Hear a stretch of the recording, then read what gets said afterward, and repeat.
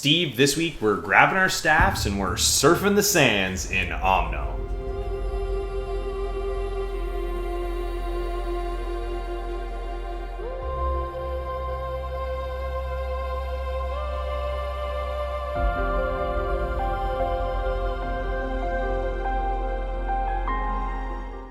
All right, Steve, we're checking out a pretty cool game. I want to start by saying this game was developed by one guy, Omno. This game has been so much fun and such an interesting playthrough. We don't play a lot of these 3D puzzle platformers, I guess we can call this one.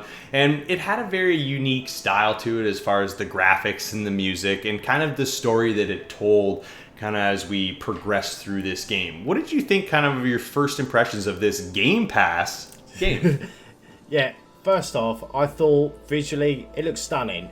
It wasn't over the top graphically. No. It was very simplistic, but it was like the pastel colours. It set the environment and it suited this game. Mm-hmm. And even the character didn't really have a face. No. It was just like a round circle with two eyes on it, basically. Yeah. But the idea of the game is like you said, you have to go out. You're like a pilgrimage. You're checking out a lost civilization on this planet. And you're just really following the footsteps of where this civilization ended up. Yeah. Because this basically the planet is bare. All you have is just the creatures that live on this planet now, or this on this landscape. Yeah. And there's nobody I have there. to say they're very, very similar on resemblance to the animals of modern day creatures like tortoise and squirrels and things like that. Kind of had the same names too, but changed up a little bit. But they have their own little spin on it. They could be flying and things like that. And the idea is as well that you go up to these animals as well, and you've even got a log, so you can document all the creatures that you come across in this little book of yours as well. It's like a little traveling. Index of them all. But the main principle of the game is collecting orbs, these special light sources, to unlock a special magical pillar that will take you on to the next part of the level of the game. Yeah. And then you come across puzzles in between getting these orbs as well. Some of them were pretty easy and straightforward, like just go up to it. And it's just basically jumping, a lot of platform to get to these orbs. Yeah. But you have to get light orbs as well to increase the power of your staff to unlock some of these achievements, basically, to make things smooth. And to do that, you either go up to an animal and you sort of hit the left button, and it hits his staff on the ground, and then it drops these light a couple orbs. little pieces of lights. And basically, and that's what you have to do. Collect these orbs up and just solve puzzles and just go to certain areas. But it was beautifully done. What did you think of this? Honestly, like you nailed how the story plays out here. I mean, like we said, you're on a pilgrimage, you're kind of heading through these worlds, and as you get through these worlds, it kind of gives you a percentage of completion, so you kind of know how many things there are that you can do, because you have to collect 3 orbs in each world to be able to kind of move on to the next stage. But there are a lot more than just 3 orbs in each world, so you can go around, especially if you're one of those completionists and you're looking for the 100% in this game, you can go around and spend a good chunk of time just kind of doing some of these other puzzles and getting to the other orbs, the light orbs, and being able to kind of collect them all before you move on. But if you want, you can just collect 3 and then kind of go on from world to world. And it was interesting because every once in a while between, each level, you may take a ride on like a big giant mythical creature from kind of like the stories of the world before, like you said, the civilization before. And as you progress through these worlds, you kind of unlock these little bits and pieces of the story, and you can kind of put together yourself of kind of where you're headed as you go along this pilgrimage. But I thought the idea of being able to travel from kind of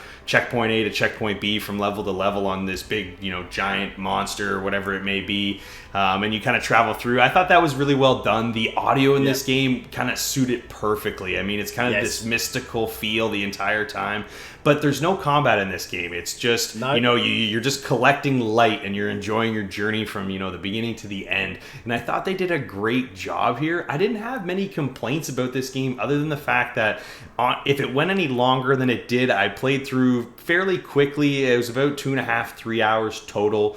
So there isn't a ton of playtime here. I think if you were to complete everything, you may be in for 6 to 8 hours if you really dragged it out.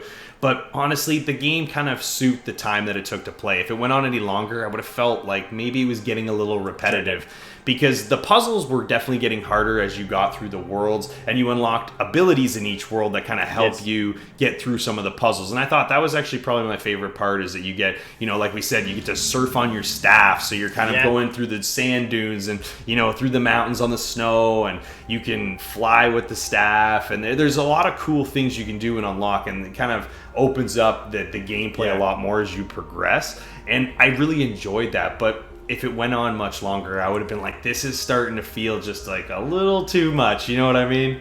Yeah, just exploring the world. It's just the same kind of thing. Yeah. That's the only, I'm with you exactly on that. If it was any longer, I would find it a bit repetitive, because there's only so much traveling and exploring you can do on your staff anyhow.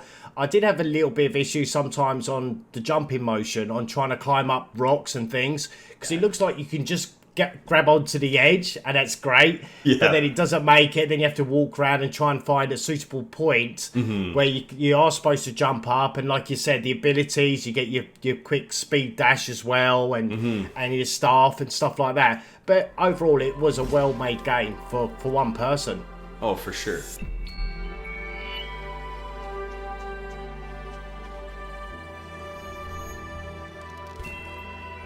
All right, Steve, our travels with Omno are coming to an end. If you've got to give this one a score out of 10, what are you going to give it? I do like this game. It was, like I said, the time-wise was perfect, graphically, audio, and especially made by one person. I think he done a solid job on this game, and for that, I'm going to give it a 7.5. You know what? I'm just a little bit higher than you, because I had a blast playing this game, for it being on Game Pass. But if you don't have Game Pass, it's only $20. I mean, you're not getting a huge long playthrough here, but I enjoyed it. The puzzles were well done. The environment was great. I loved exploring it, and I just honestly just had a nice relaxed time playing this game. I got to give this one an 8.